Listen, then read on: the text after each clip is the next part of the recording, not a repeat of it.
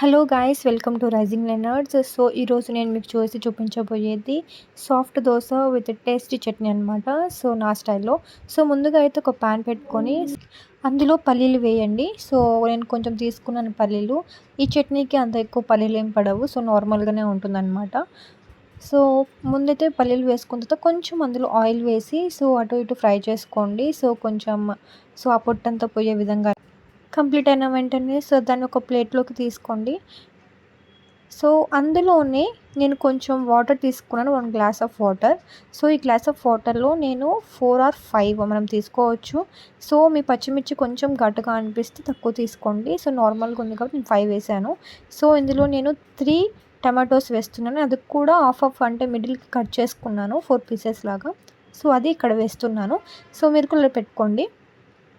So వాటర్లో ఇలా మరిగిన తర్వాత సో వాటర్ మొత్తం కూడా ఇంకిపోతాయి ఫుల్గా.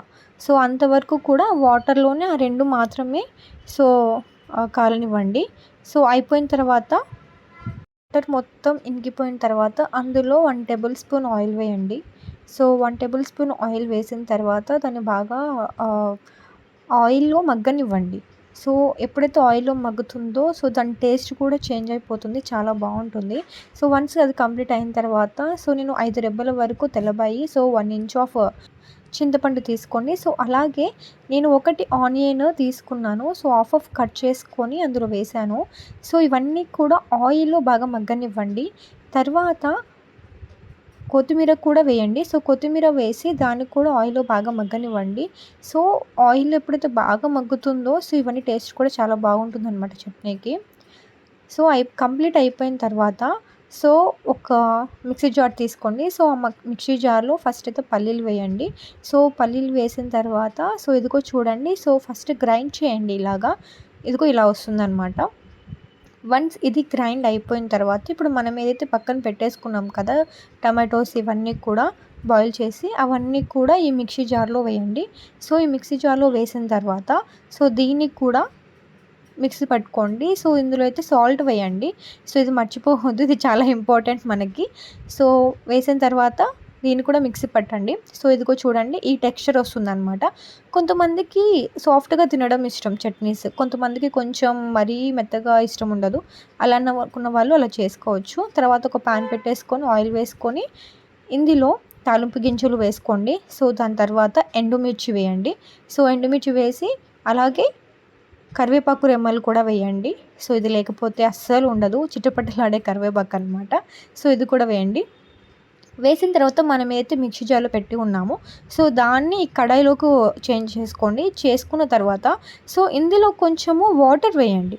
సో లేదు మాకు ఇంకా నిల్వ ఉండాలి అంటే అలానే పెట్టేసుకోవచ్చు, లేదు అనుకున్నప్పుడు వాటర్ వేసి కలిపేసి సో చట్నీలాగే వచ్చేస్తుంది అనమాట.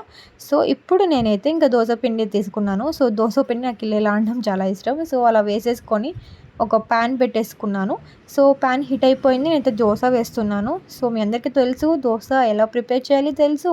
సో దాన్ని ఎంత చక్కగా వేసుకోవాలని కూడా మీకు తెలుసు. మనకు టేస్ట్ దోశలో వచ్చేదంటే చట్నీ.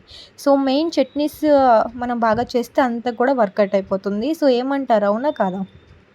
సో అందుకని చట్నీస్ బేసిక్ అనమాట. నా చట్నీ అయితే అందరికీ ఇష్టం మా ఇంట్లో. సో అది నేను మీతో షేర్ చేసుకోవాలనుకున్నాను. సో చేసుకున్నాను కూడా. సో నా దోశ కూడా కంప్లీట్ అయిపోతుంది. సో ఇలా దోశని కంప్లీట్ చేసి అటు ఇటు కాల్చుకొని సో మనకి కొంతమందికి సాఫ్ట్గా ఇష్టం, కొంతమందికి క్రిస్పీగా ఇష్టం. సో మనకి నచ్చినట్టుగా దోశని ప్రిపేర్ చేసుకోవచ్చు. సో ఎన్ని స్టైల్ అయినా సరే. నాకు యాక్చువల్లీ నాకైతే కొంచెం రోస్ట్గా ఇష్టం, బట్ కిడ్స్కి ఇలా వాళ్ళకైతే ప్రిపేర్ చేయనప్పుడు చాలా సాఫ్ట్గా చేస్తాను. సో మా కిడ్స్ కూడా ఈ టమాటో చట్నీ అంటే చాలా ఇష్టపడతారనమాట చట్నీలో. సో మీరు కూడా ట్రై చేయండి. సో కిడ్స్ ఉన్న వాళ్ళు కూడా ట్రై చేయండి. సో ఇలా నేను అటు ఇటు ఆ దోశని బాగా కాల్చి తీసుకుంటున్నాను. యాక్చువల్లీ నాకు దోశ అంటే చాలా ఇష్టం ఇంట్లో అందరికి కూడా. సో ఇలాగ మీరు ట్రై చేసి చూడండి, ఖచ్చితంగా మీకు చాలా బాగా నచ్చుతుంది. సో దోశ రెడీ అయిపోయింది, నా చట్నీ కూడా రెడీ అయిపోయింది వితిన్ 5 మినిట్స్లో. సో నేనైతే టేస్ట్ చూస్తున్నాను, నేనైతే తింటూ ఉంటాను. మీరు మాత్రం సబ్స్క్రైబ్ చేయడం మర్చిపోవద్దు. Thanks for watching, bye.